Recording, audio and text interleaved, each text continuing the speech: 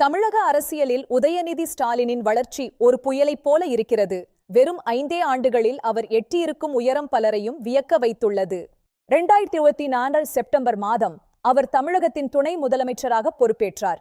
இது ஒரு சாதாரண பதவி உயர்வு மட்டுமல்ல, திமுகவின் அடுத்த வாரிசு யார் என்பதற்கான அதிகாரப்பூர்வ அறிவிப்பு. ஆனால் அவரால் தமிழகத்தின் அடுத்த முதலமைச்சராக முடியுமா? அந்த 2026 சட்டமன்ற தேர்தல் அவருக்கு காத்திருக்கும் மிகப்பெரிய சவால் என்ன? இதை பற்றி விரிவாக பார்ப்போம். உதயநிதி ஸ்டாலினின் அரசியல் பயணம் சினிமா தயாரிப்பாளராகவும் நடிகராகவும் தொடங்கியது. ரெட் ஜெயண்ட் மூவிஸ் மூலம் அவர் திரையுலகில் ஆதிக்கம் செலுத்தினார். சினிமாவில் ஒரு பாய் நெக்ஸ்ட் டோர் பிம்பத்தை உருவாக்கிய அவர் மெதுவாக தனது தந்தை மு.க. ஸ்டாலினுடன் இணைந்து அரசியல் மேடைகளில் தோன்ற ஆரம்பித்தார். 2019 அவர் திமுக இளைஞரணி செயலாளராக நியமிக்கப்பட்டார். அவரது தந்தை 30 ஆண்டுகள் வகித்த அதே பதவி அது. இதுவே அவரது தீவிர அரசியலின் தொடக்கம். 2021 சட்டமன்ற தேர்தலில் உதயநிதி ஒரு செங்கல்லை வைத்துச் செய்த பிரச்சாரம் மாநிலம் முழுவதும் வைரலானது. அது எய்ம்ஸ் மருத்துவமனை விவகாரத்தில் மத்திய அரசின் அலட்சியத்தை மக்களிடம் கொண்டு சேர்த்தது.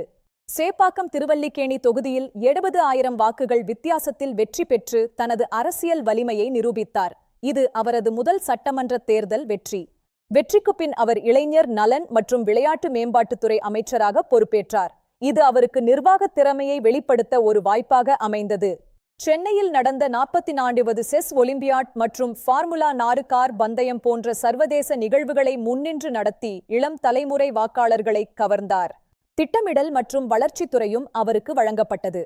இது பொதுவாக முதலமைச்சர் வசம் இருக்கும் துறை. இதன் மூலம் அரசு நிர்வாகத்தின் முக்கிய முடிவுகளில் அவர் பங்கு பெறத் தொடங்கினார். நிர்வாகத் திறமை ஒருபுறம் இருந்தாலும் சில சர்ச்சைகளும் அவரை விடவில்லை.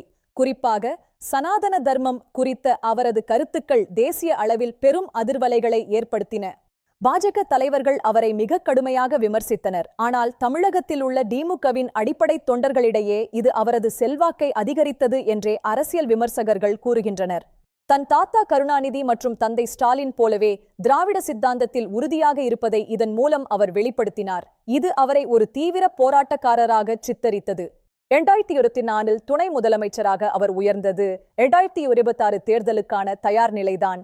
71 வயதாகும் முதலமைச்சர் ஸ்டாலினின் பணிச்சுமையை குறைக்க இது உதவியாக இருக்கும் என கூறப்பட்டது. மூத்த அமைச்சர்கள் யாருடைய அதிகாரமும் குறைக்கப்படாமல் அதே சமயம் உதயநிதிக்கு முக்கியத்துவம் அளிக்கப்பட்டது ஒரு தந்திரமான அரசியல் நகர்வு. இது கட்சிக்குள் எழும் எதிர்ப்புகளை தடுத்தது. ஆனால் வாரிசு அரசியல் என்ற விமர்சனத்தை அவரால் அவ்வளவு எளிதாக கடக்க முடியாது. பாஜக இதை ஒரு குடும்ப கம்பெனி என்று தொடர்ந்து விமர்சித்து வருகிறது. அண்ணாமலை போன்ற இளந்தலைவர்கள் உதயநிதியின் வளர்ச்சியை வாரிசு அரசியலின் உச்சம் என்று மக்களிடம் கொண்டு செல்கிறார்கள். இது வரும் தேர்தலில் மிகப்பெரிய விவாதமாக இருக்கும். மு.க. ஸ்டாலின் 40 ஆண்டுகள் காத்திருந்தே முதலமைச்சர் ஆனார். ஆனால் உதயநிதி 5 ஆண்டுகளில் துணை முதலமைச்சர் ஆனது ஒரு தரப்பினருக்கு அதிருப்தியை தருகிறது. 2026 தேர்தல் ஒரு சாதாரண தேர்தலாக இருக்கப் போவதில்லை. இது தமிழக அரசியலின் அடுத்த தலைமுறை தலைவர்களை தீர்மானிக்கும் ஒரு யுத்தம். ஒருபுறம் பாஜகவின் அண்ணாமலை, மறுபுறம் புதிதாக அரசியல் கட்சி தொடங்கியுள்ள நடிகர் விஜய். இவர்கள் இருவரும் இளைஞர்களின் வாக்குகளை கவர தீவிரமாக முயல்கிறார்கள். ஆனால் திமுகவின் நீண்டகால கட்டமைப்பு மற்றும் மகளிர் உரிமை தொகை போன்ற நலத்திட்டங்கள் உதயநிதிக்கு ஒரு வலுவான கவசமாக இருக்கின்றன. இப்போது உதயநிதிதான் திமுகவின் நட்சத்திர பேச்சாளர். டெல்லி மற்றும் தமிழ்நாடு என்ற பிம்பத்தை உருவாக்கி மாநில உரிமைகளுக்காக போராடும் வீரராக தன்னை அவர் முன்னிறுத்துகிறார். திராவிட மாடல் ஆட்சியை தற்காத்து பேசுவதும் பாஜகவை மிக கடுமையாக எதிர்ப்பதும் அவருக்கு இளைய தலைமுறை தொண்டர்களிடையே தனி இடத்தை பெற்று தந்துள்ளன. கட்சிக்குள் இப்போது அவருக்கு பெரிய அளவில் எதிர்ப்புகள் இல்லை. மூத்த தலைவர்களின் வாரிசுகளுக்கும் முக்கிய பதவிகள் வழங்கப்பட்டதால் ஒரு சுமூகமான சூழ்நிலை நிலவுகிறது.